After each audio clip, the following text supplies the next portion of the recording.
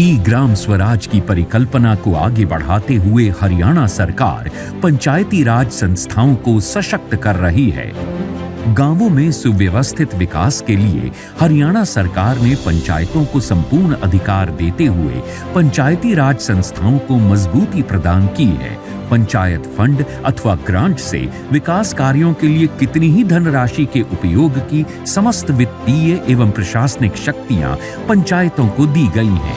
इसमें से 2 लाख रुपए तक के विकास कार्य पंचायतें बिना ई टेंडर के कोटेशन के आधार पर करा सकती हैं, जबकि सरकार के अन्य सभी विभागों में 1 लाख रुपए से अधिक के कार्यों के लिए भी ई टेंडर प्रक्रिया जरूरी है।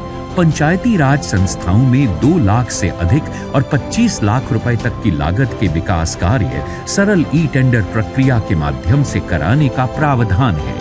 25 लाख से ऊपर के कार्यों के लिए भी सामान्य ई टेंडर प्रक्रिया है। गांवों में लगभग 90% से अधिक विकास कार्य 25 लाख रुपए तक की लागत के ही होते हैं। ई टेंडर प्रक्रिया में संबंधित पंचायती राज संस्था द्वारा प्रस्ताव पास किया जाएगा कि कौन सा विकास कार्य करवाना है। जेई पंचायती राज DNIT यानी कि डिटेल्ड नोटिस इनवाइटिंग टेंडर तैयार करेगा। 7 दिन की नोटिस अवधि के साथ संबंधित कार्य का ई टेंडर जारी किया जाएगा। 25 लाख तक के कार्यों के लिए टेक्निकल इवैल्यूएशन की जरूरत नहीं होगी। इस राशि के विकास कार्यों के लिए कॉन्ट्रैक्टर लाइसेंस होना भी जरूरी नहीं है। गांव के छोटे ठेकेदार भी बोली प्रक्रिया में भाग ले सकते हैं। केवल GST नंबर होना जरूरी है। ठेकेदारों को परफॉर्मेंस सिक्योरिटी भी नहीं देनी होगी। अभी तक 600 से अधिक ठेकेदार रजिस्टर हो चुके हैं। प्रतिस्पर्धा के चलते सही रेट में गुणवत्तापरक कार्य होंगे, जिससे बचत भी होगी। टेंडरिंग के बाद बोली की प्रक्रिया शुरू की जाएगी व सफल एजेंसी को वर्क अलॉट कर दिया जाएगा। सामान्यतः 30 दिनों की प्रक्रिया में कार्य शुरू हो जाएगा। विकास कार्यों की निगरानी पंचायतों के जिम्मे ही होगी। कार्य उपरांत बिल की अदायगी 7 दिन के अंदर DBT के माध्यम से होगी, यानी भुगतान सीधा ठेकेदार के खाते में। ई टेंडर की प्रक्रिया बेहद सरल और तेज है। कोई भी कॉन्ट्रैक्टर जरूरी दस्तावेज अपलोड करने के बाद पोर्टल के जरिए ई टेंडर के लिए आवेदन कर सकता है। पूरी प्रक्रिया हरियाणा इंजीनियरिंग वर्क्स पोर्टल पर मौजूद रहती है, जहां टेंडर फ्लोट होने से लेकर उसकी लागत और कार्य पूर्ण होने तक का पूरा विवरण कोई भी देख सकता है। इस कारण ढिलाई या टाल मटोल और तय समय पर काम नहीं होने की समस्या से मिलेगा छुटकारा, क्योंकि अब सबकी जवाबदेही तय कर दी गई है। पहले तो हमारे को कुछ पता ही नहीं था।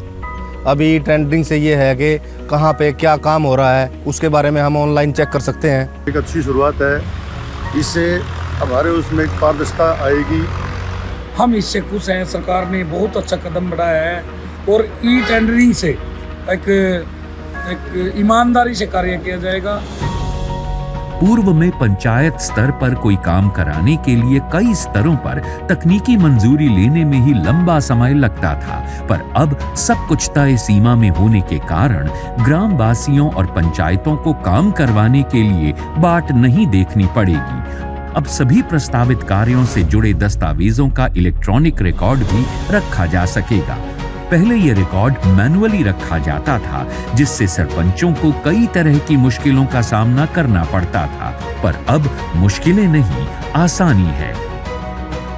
इसकी कामयाबी इसी बात से समझी जा सकती है कि ग्राम पंचायत द्वारा अलग अलग कार्यों के लिए अभी तक 4000 से अधिक प्रस्ताव आ चुके हैं, जिनमें से लगभग 3000 प्रस्ताव ऐसे हैं जिन्हें पूरा करने में 2 लाख से अधिक की राशि खर्च होगी। इस दिशा में हरियाणा इंजीनियरिंग वर्क्स पोर्टल ने करीब 2500 कार्यों का अनुमानित खर्च भी तैयार कर लिया है, और जिसमें से 1100 प्रस्तावों को प्रशासनिक स्तर पर मंजूरी भी मिल गई है, जिसके लिए जारी 800 टेंडर्स में से 100 से अधिक टेंडर्स की बोली की प्रक्रिया भी पूरी हो चुकी है। पहले ये बातें शायद किसी को पता नहीं चल पाती होंगी, पर अब ई टेंडर के कारण सब कुछ सबके सामने है। पंचायतों को सशक्त करने के साथ ई टेंडर प्रक्रिया जनहित में बड़ा कदम है। प्रतिस्पर्धा से पारदर्शिता, कार्य की गुणवत्ता कार्य कुशलता और सरलता के साथ पंचायती राज संस्थाओं में विकास कार्य तेजी से होंगे। पारदर्शिता और विकास, ई टेंडर पर सबको विश्वास।